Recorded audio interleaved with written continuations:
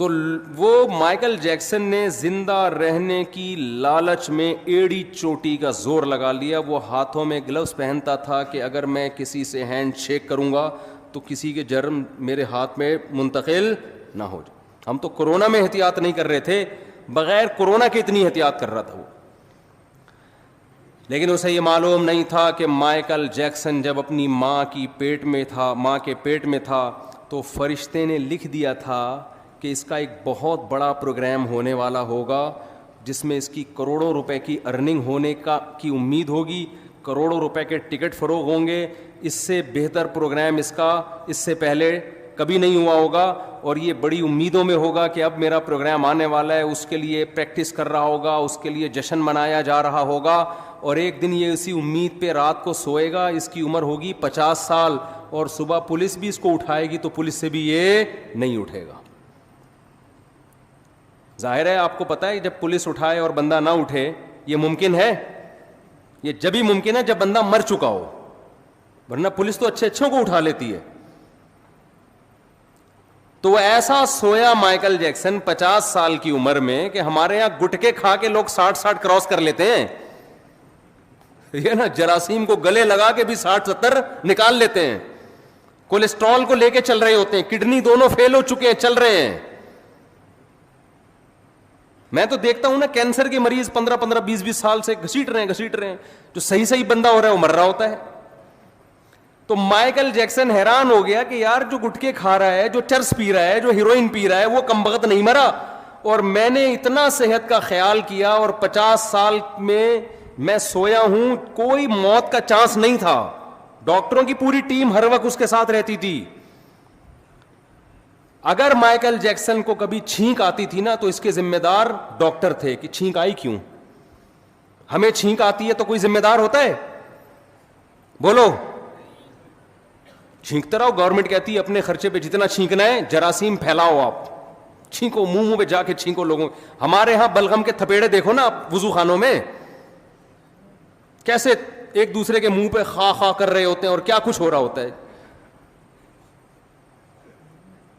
Michael Jackson کو چھینکنے کی government کی طرف سے, مائیکل جیکسن کے جو ڈاکٹر تھے, تو مائیکل جیکسن کو چھینک آئے تو ذمہ دار کون تھے؟ ڈاکٹر. کی چھینک آئی کیوں؟ آپ کو میں ہر مہینے اتنا پیسہ دے رہا ہوں, کوئی جراثیم میری ناک میں گیا کیسے؟ ڈاکٹروں کا پینل اس وقت بھی اس کے پاس موجود تھا. لیکن موت کے جو فرشتہ تھا نا, جو اللہ نے اس کی ماں کے پیٹ میں بھیجا تھا, اس نے لکھ دیا تھا کہ 50 سال میں اس کا انا للہ بولو ہو جائے. ایسا سویا کہ اس کا قصہ تمام, ایسا قصہ تمام. تو جو میں اصل بات عرض کر رہا تھا, جلدی سے اس کی طرف آتا ہوں. دیکھو ہم پیدا کب ہوتے ہیں, یہ کس کی پلاننگ ہے؟ اللہ کی. ہماری موت کس کی پلاننگ سے ہے؟ اللہ کی. یہ بیچ کا ٹائم اللہ نے ہمیں دیا ہے. اس میں اللہ نے حکم دیا بالغ ہونے کے بعد سے لے کر موت تک کا جو تمہیں ٹائم دیا ہے نا, اس کی پلاننگ کس نے کرنی ہے؟ ہم نے کرنی ہے.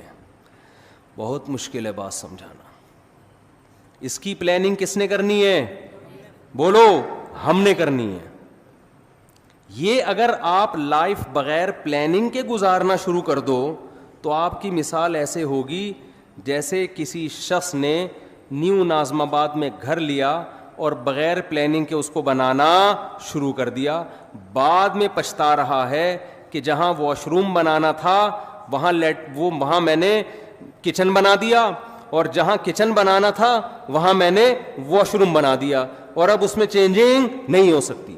آپ کی لائف اگر بغیر پلاننگ کے گزرے گی تو وہ برباد ہونے کے علاوہ آپ کو کچھ بھی حاصل نہیں ہوگا, اور اب یہ چینج نہیں ہو سکے گی, کیونکہ جو ٹائم گزر گیا بغیر پلاننگ کے وہ ٹائم آپ کو واپس نہیں مل سکتا. تو پہلا تو یہ عزم کرے جو ٹائم برباد ہونا تھا ہو گیا, وہ تو واپس نہیں آ سکتا نا. مثال کے طور پر اس نے بنا دیا, یہ کچن کی جگہ پہ بنا دیا واش روم کی جگہ کچن میں بنا دیا. بیگم سے کہے گا بیگم میرا پیسہ برباد ہو گیا, میرے پاس مزید پیسے نہیں ہیں, اب جو میں آئندہ جو کچھ کروں گا نا وہ پلاننگ سے کروں گا. اب اس کچن کو برداشت کر لو, واش روم کی جگہ آ گیا, یہ برداشت کر لو. اور میرے پاس اس کے علاوہ آپشن نہیں ہے. لیکن آپ نے کیا کیا, اب جو غلط ہونا تھا ہو گیا, اس کے بعد بھی اب غلط کرتے چلے جا رہے ہیں. اب آپ کیا کر رہے ہیں کہ جو ایگزاسٹ لگا رہے ہیں ایسی جگہ جہاں کمرے کو آپ کے روم کی طرف ہوا آتی ہو. بھائی اب پلاننگ کا تقاضا یہ ہے کہ ایگزاسٹ لگاؤ ہی نہیں آپ, یا کچھ بھی کرو, لیکن یہ نہیں ہو سکتا. تو جو زندگی میری اور آپ کی بغیر پلاننگ کے گزر گئی, اس پہ تو ہمارے پاس توبہ استغفار کے علاوہ اب کوئی راستہ نہیں ہے. آپ کہہ سکتے ہیں کہ مفتی صاحب آپ کو کس نے کہا کہ ہم نے زندگی پلاننگ کے بغیر گزاری ہے؟ ہم تو ماشاءاللہ اچھے گھرانے کے تھے, جب ہم بالغ ہوئے تو ہمارے والدین نے پلاننگ کی, اس بچے کو ہم نے ڈاکٹر بنانا ہے, اس بچے کو ہم نے انجینئر بنانا ہے, اس بچے کو ہم نے پائلٹ بنانا ہے, اس بچے کو ہم نے بزنس مین بنانا ہے, اس بچے کو ہم نے یہ بنانا ہے, اور الحمدللہ آج ہم وہ بن چکے ہیں. اول تو 99% لوگ ایسے بھی نہیں ہیں ہمارے معاشرے میں, 1% ایسے ہوں گے جن کے والدین نے پلاننگ کی اور انہوں نے بھی پلاننگ کر کے کچھ بن گئے. وہ 99% تو ایسے ہی چل رہے ہیں. تو خوب سمجھ لو, پلاننگ کا مطلب صرف پلاننگ نہیں ہے.